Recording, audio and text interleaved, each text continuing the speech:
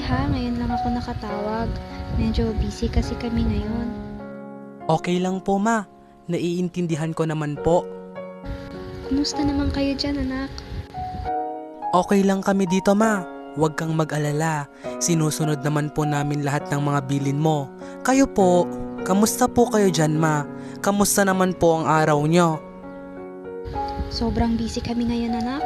Sobrang daming pasyente. Halos di na kami makakain eh. Halos wala kaming oras magpahinga. Nawawalan din kami ng oras para sa sarili namin. Ang hirap pala talaga, anak. Pero huwag ka mag-alala. Malakas ata nanay mo. Ingatan nyo po yung sarili nyo dyan ma ha? Oo naman, anak. Siya nga pala ma, pinag-uusapan ka ng mga kapitbahay kanina. Natatakot daw kasi sila ma, baka daw sa pagbalik mo, hawaan mo kami tapos tayo pa daw magkalat ng virus dito sa atin ma. Pasensya na, anak, ha. Pati kayo nadadamay. Ano ka ba naman ma? Ayos lang kami. Alam naman naming hindi totoo yung sinasabi nila. Hindi nyo po kasalanan ang pagkalat ng virus dito ma. Sa katunayan nga po, kayo pa po ang nagpapakahirap upang mailigtas sila. Salamat, anak. Kayo talaga yung dahilan kung bakit hanggang ngayon kinakaya ko pa. Hayaan mo, anak. Gagawin namin ang lahat ng makakaya namin dito para matapos ng lahat ng ito, para makauwi na rin ako. Miss na miss ko na kayo eh. Sobrang miss ka na rin po namin, Nay. Huwag niyo kakalimutan mga bilin ko, ha. Lagi kayong maghugas ng kamay. Kung maaari, stay lang kayo dyan sa bahay. Huwag niyo rin kakalimutan ang face mask niyo kapag lalabas kayo. Mag-ingat kayo palagi, anak. Anak, konting tiis na lang. Matatapos din ang lahat na to. Makakauwi din ako. Sige na, anak. Tulog na kayo. Mag-ingat kayo lagi, ha. Bye-bye po ma, mag-iingat ka rin po dyan.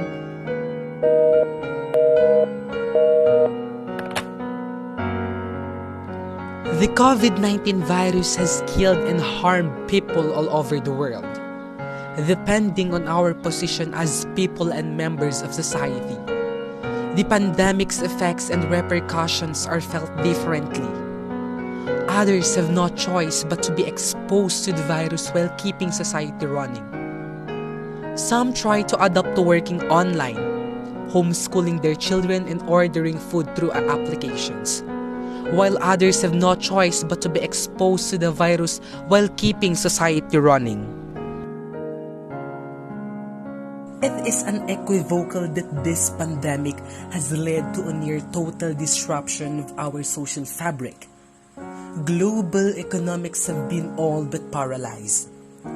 COVID-19 cases is rising especially in our country. In just a year, we already have more than 400,000 infected persons who had died and put in isolation. Countries dealing with existing humanitarian crises or emergencies are particularly exposed to the effects of COVID-19. Responding quickly to the pandemic, now is the time for global solidarity and support, particularly for the most vulnerable members of our communities, especially in emerging and developing countries. We need to follow the protocols such as wearing face mask, face shield, and wash our hands every day so that the virus will not continue spreading, and we need to follow our parents because they know what is best for us. During this challenging time, I find myself coming back to the same thought every morning. Be grateful. Be grateful for the fact that we are alive, healthy and breathing.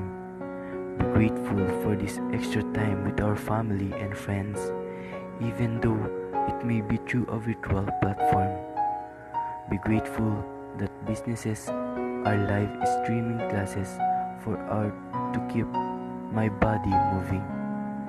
Be grateful for our education that's allow us to continue doing what we love, even in a limited capacity.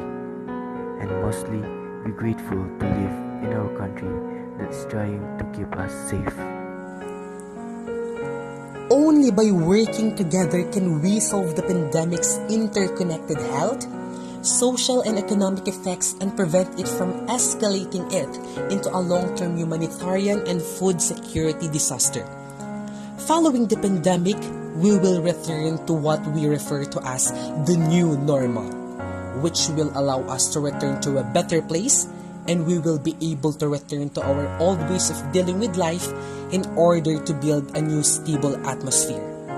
After all the problems we've had, such as food shortages, societal issues, and so on, we would go through the same things we went through before the pandemic.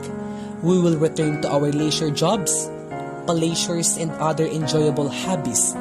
This pandemic will be resolved and we will rise again.